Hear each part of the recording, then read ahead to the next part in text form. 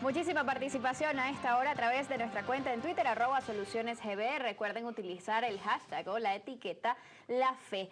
María Gabriela dice, la fe es la certeza de lo que se espera y la convicción de lo que no se ve, pero creyendo y confiando plenamente en Dios. Roberto Bonielo dice por su parte, el problema es que Dios es un conocimiento que el ser humano no logrará comprender por completo, solo fe en Él.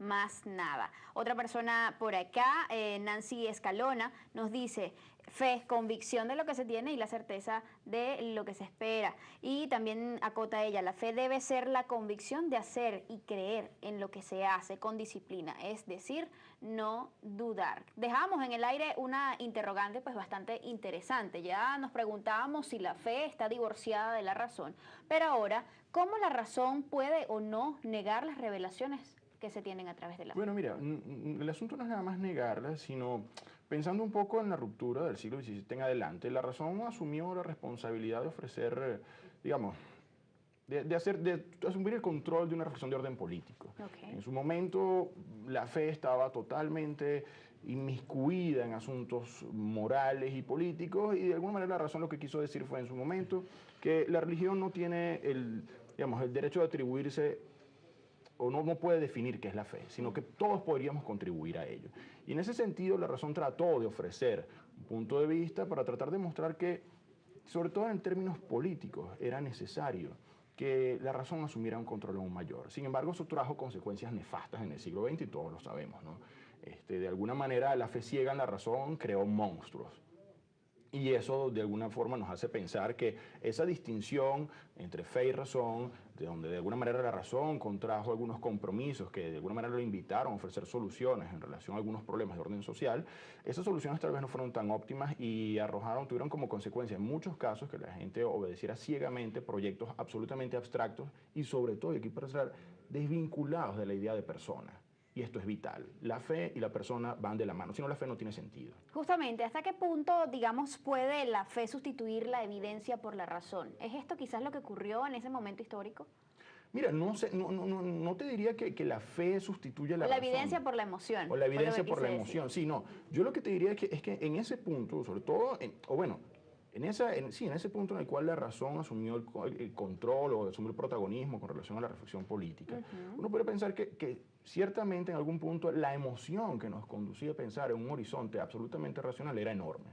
Se pensaba que de alguna manera ser racional era ser mejor que ser, digamos así, una persona que conviviera con sus emociones libremente, lo cual está totalmente reñido con la ética. La ética nos humaniza y al mismo tiempo invita a reconciliarnos con todo lo que compone nuestra naturaleza, incluidas nuestras emociones.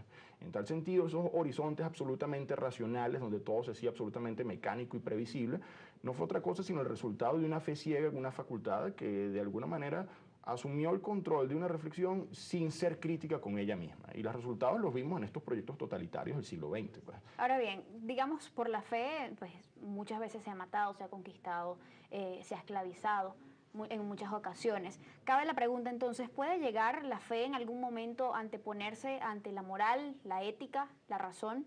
Depende de aquello en lo que se crea o aquello en lo que se dice que se cree, porque ahí hay que pasar a otro plano en la contemplación de todos estos esquemas y de todas estas elucubraciones, digamos. ¿Qué es fe y qué es fanatismo? A mí me dejó muy impresionado una charla del Papa Juan Pablo II en Roma, donde yo en algún momento tuve la ocasión de trabajar y trabajar a la sombra de la Santa Sede, gracias a Dios y gracias a la Arquidiócesis de Caracas. El Papa Juan Pablo II respondió una pregunta que tiene que ver profundamente con el fanatismo, con lo más agudo del fanatismo, se llama integrismo, es decir, ir a por lo que tú crees o dices que crees porque sí. Un periodista le preguntó, Santidad, ¿qué es un integrista?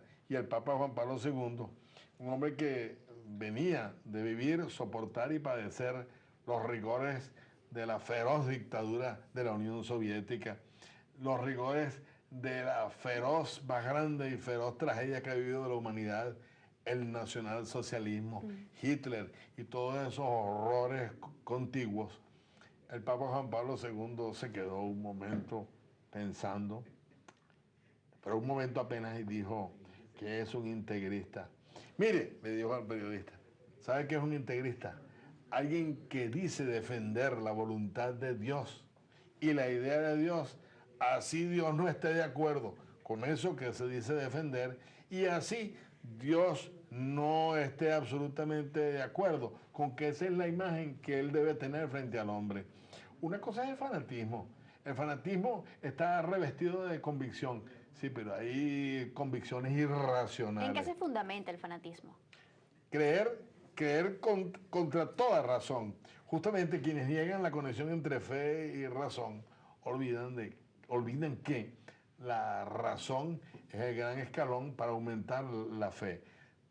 Se tiene fe en aquello en que se razona, y se razona para tener más fe, que es la base, la gran base de la doctrina de San Agustín. Así como Tomás de Aquino concilió cristianismo y aristotelismo se puede decir. Sí, sin duda, sí. Muy bien. Hay que consultar al especialista en esto. Muy bien.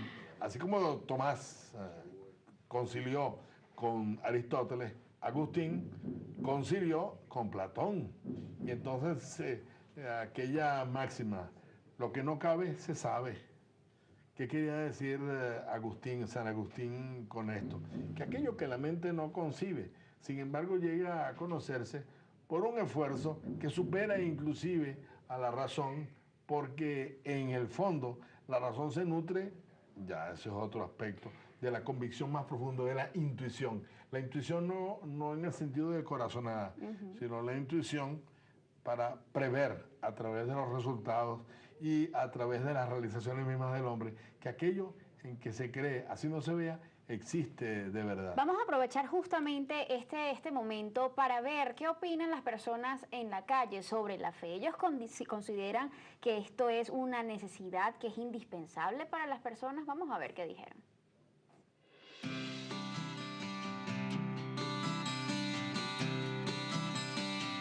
La fe es sinónimo de creer. Por lo tanto, es la base fundamental para lograr las cosas en nuestra vida, ya que cuando tenemos la confianza en que las cosas pueden ser como queremos, es lo que las hace posible.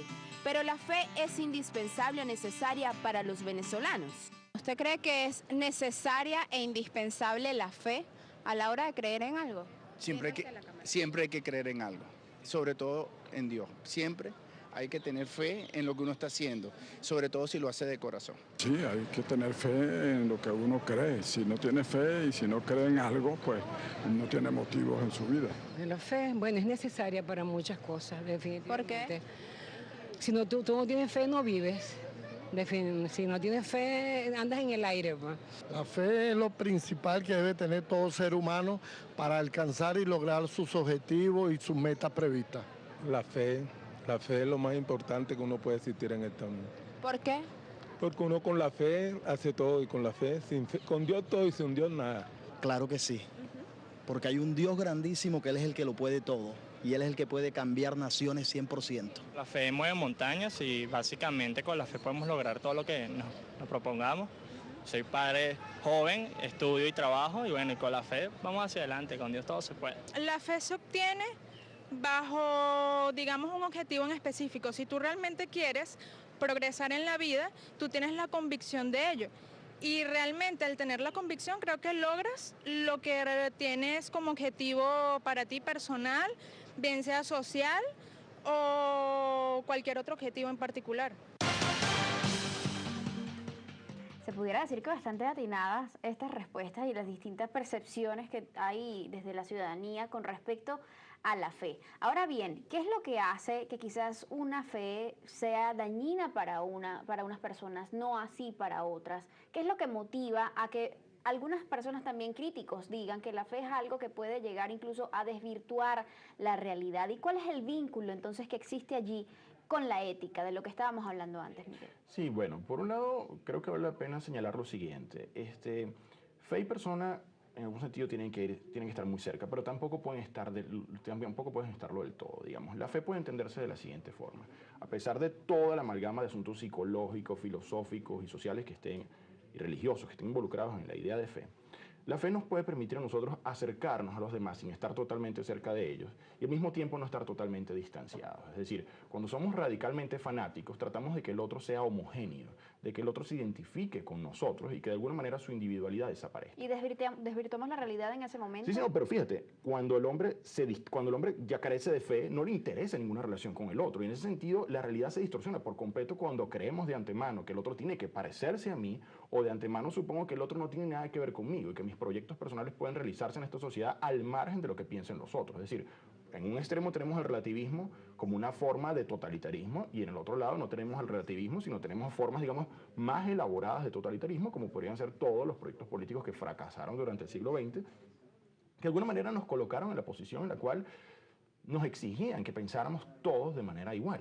Es decir, tuviéramos fe en un proyecto más allá de las personas que luchábamos por él. Y en ese sentido, pareciera que resultó mejor negocio creer en el vecino que creer en un proyecto político escindido de las necesidades del hombre común, pues. Y esto es fundamental, ¿no? Rescatar el valor de la persona, incluyendo dentro de esa idea de persona, la idea de que esa persona es diferente, pero al mismo tiempo está comprometida con un proyecto común. ¿Y creer es en los demás? Pues. Y por supuesto. En Aristóteles uno observa esto cuando Aristóteles sostenía en Ética Nicómaco ciertamente que para realizarse, para alcanzar la felicidad lo tienes que hacer es en sociedad, no lo puedes hacer fuera de ella. Pero tampoco puede exigir el otro que se identifique estrictamente contigo, porque estarías siendo injusto con él, incluso estarías al borde ya de cometer un crimen, que es destruir la individualidad del otro para favorecerte a ti. Brevemente, José, tu opinión, ¿qué importancia o sentido tiene pues entonces la ética en la fe? En primer lugar, tener claro los propósitos a los que esa fe va a servir. Cuando, por ejemplo, nos casamos muy jóvenes, yo estoy por celebrar, gracias a Dios, y gracias a esa admirable persona que es mi esposa. Y la fe mutua. Y la fe es mutua, pero cuando uno se casa, lo hace con un propósito, formar familia, formar un hogar. No nos casamos para pasar el rato, no nos casamos porque tú me gustaste y yo te gusté, porque esa primera emoción va quedando para dar lugar a una nueva dimensión. Pero ¿qué sucede? Hoy en día se está dando un terrible fenómeno y es que ese relativismo, ya aquí lo acaba de mencionar, el relativismo hace que todo dé igual, que todo sea lo mismo, ya se pierde el propósito, porque se ha perdido la noción del valor. Los apóstoles, es un hecho admirable para comprender qué es la fe y cuál es la construcción de una fe desde el sentido religioso. Los apóstoles fueron a buscar a aquel hombre porque esperaban de él milagros, sencillamente milagros, prodigios. Y de hecho, en un momento determinado, Jesús dice a aquellos hombres, gente de poca fe, mis caminos no son los de ustedes. Y ellos tuvieron que pasar aquel proceso de la pasión, muerte, asistir a la resurrección y posteriormente a la manifestación de Pentecostés, el Espíritu Santo, para entender exactamente en qué consistía, en qué consiste el seguimiento de Cristo. De hecho, cuando los apóstoles comprendieron de qué se trataba, dijeron a una, este hombre habla como quien tiene autoridad. Y Pedro, el portavoz de todos ellos, dijo, Señor, solo tú tienes palabras de vida eterna. ¿A quién acudiremos? Porque uno tiene que poseer una referencia de autoridad. Autoridad de creer en esto porque sí. No. Autoridad porque es el camino que se te está mostrando, no como imposición, sino como elección. Porque la fe lleva implícito el valor de la elección. Por lo que decíamos al principio y lo que tenemos siempre claro, que Dios nos ha hecho inteligentes y libres. Inteligentes para entender, libres para escoger aún el camino de la negación de Dios. Y además es importante señalar que todo esto, cuanto gira en torno a la fe, se fundamenta en, digamos, elementos muy comunes que tienen que ver con el que cada persona defiende su verdad. ¿Y qué relación existe entre fe y verdad? Es de lo que vamos a estar hablando más adelante. Les invitamos a que continúen participando a través de nuestra cuenta en Twitter, @solucionesgb, hoy utilizando el hashtag #LaFe. Ya venimos.